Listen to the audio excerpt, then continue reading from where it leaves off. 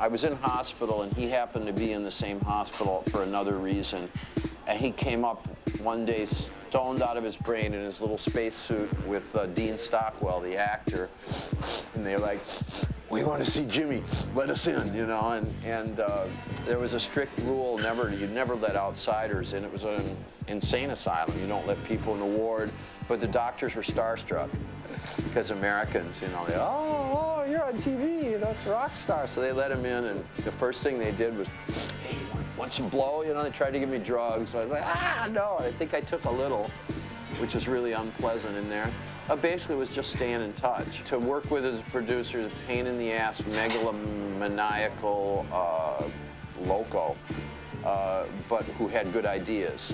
And the best example I can give you is I was working on a lyric once. The song was Fun Time, and I had a good idea for the song, and he's the kind of guy who would stop you and say, "Okay, the words are good, but don't sing it like a rock guy, sing it like Mae West," which is, you know, very, it's informed of another genre. It's informed of cinema, and it's also a little bit gay, that suggestion. And that suggestion worked, and the vocal got more menacing because of that. So he'd think like that, and that was very good. He has a work pattern that recurs again and again, in which if he has an idea about an area of work he wants to enter, as a first or second step, he'll use side projects or work for other people to gain experience and get a little taste of the water before he goes in and does his. And I think he used working with me that way also. Exilé au pied du mur de Berlin en compagnie du guitariste de King Crimson Robert Fripp et du sorcier électronique de Roxy Music Brian Eno, Bowie enregistre Low et Heroes, deux disques considérés comme révolutionnaires.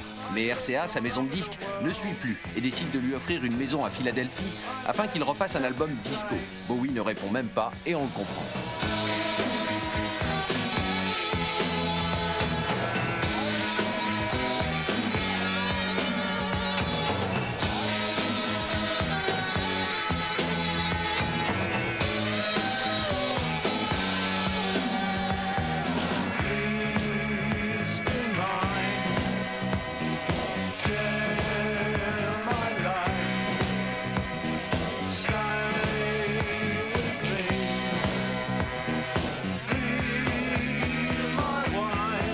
But I'm very happy to present to you this golden record for your tremendous LP, Low. Well, let's take it this way. I want to look at it. Oh, you want to look at it, all right. Yeah, it's very good. Okay, within 2 weeks, your new LP, Heroes, reached gold in Holland. So here's another one. What do you say about that, man? I'm writing you out. Geef eens een applausje. Ja. Dit was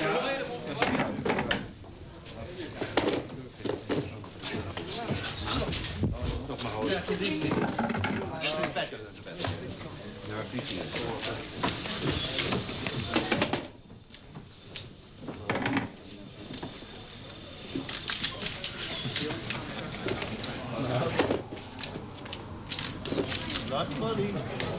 No, but action. Action photographs. Action photographs.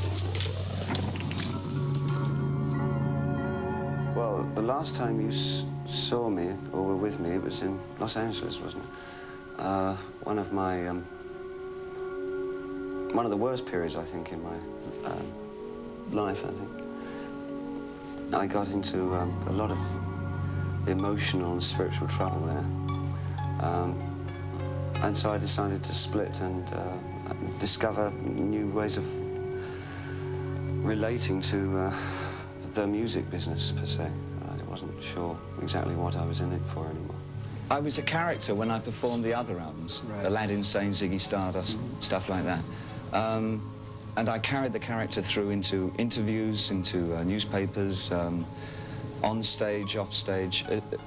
Whenever there was media around, I had to keep those characters concrete because it was important, because the fabric of my work is using my body, my personality, as well as my songs and stage performance. The idea was to, rather like a canvas. But now I've finished with those particular situations, the hardware of science fiction in the beginning, the rockets and the moon and the aliens and whatever. And then there was the period where I was relating to technology upon society, as in the Diamond Dogs, through to just before the Station to Station period, ending up with a Plastic Soul character for young Americans.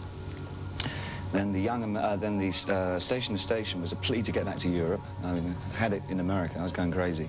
So I came back to Europe and decided that I needed to discover for myself a new form of musical language before I continued writing anymore. So the last two albums, Low and Heroes, aren't so much situations, but a process of discovery, searching for a new language, artistic language, so that I can go further. And that's what Eno and myself and Fripp have been up to, really.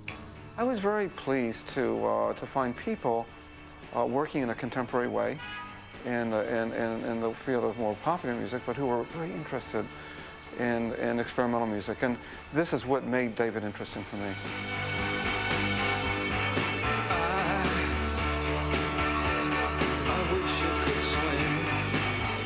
He's a very talented composer. And by that I mean that he hears music in an interesting and a different way. Some of the melodies in Heroes are things that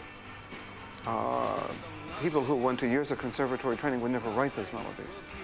They're either a little too odd, or they're both common and uncommon at the same time. Forever and ever, oh, we can be heroes just for one day.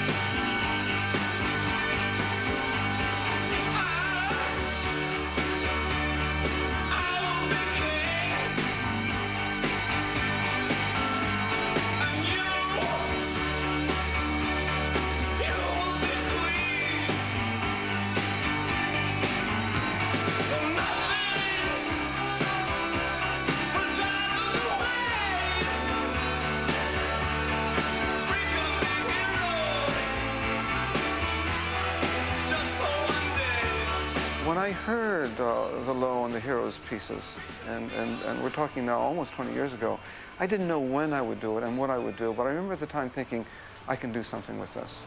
And then somewhat later, I got the idea of doing these big symphonic pieces, and I went right back to those pieces. I went back to listen to them again to see if I still liked them, and I did. The strongest thing for me is he works in a very free form, in a very open way.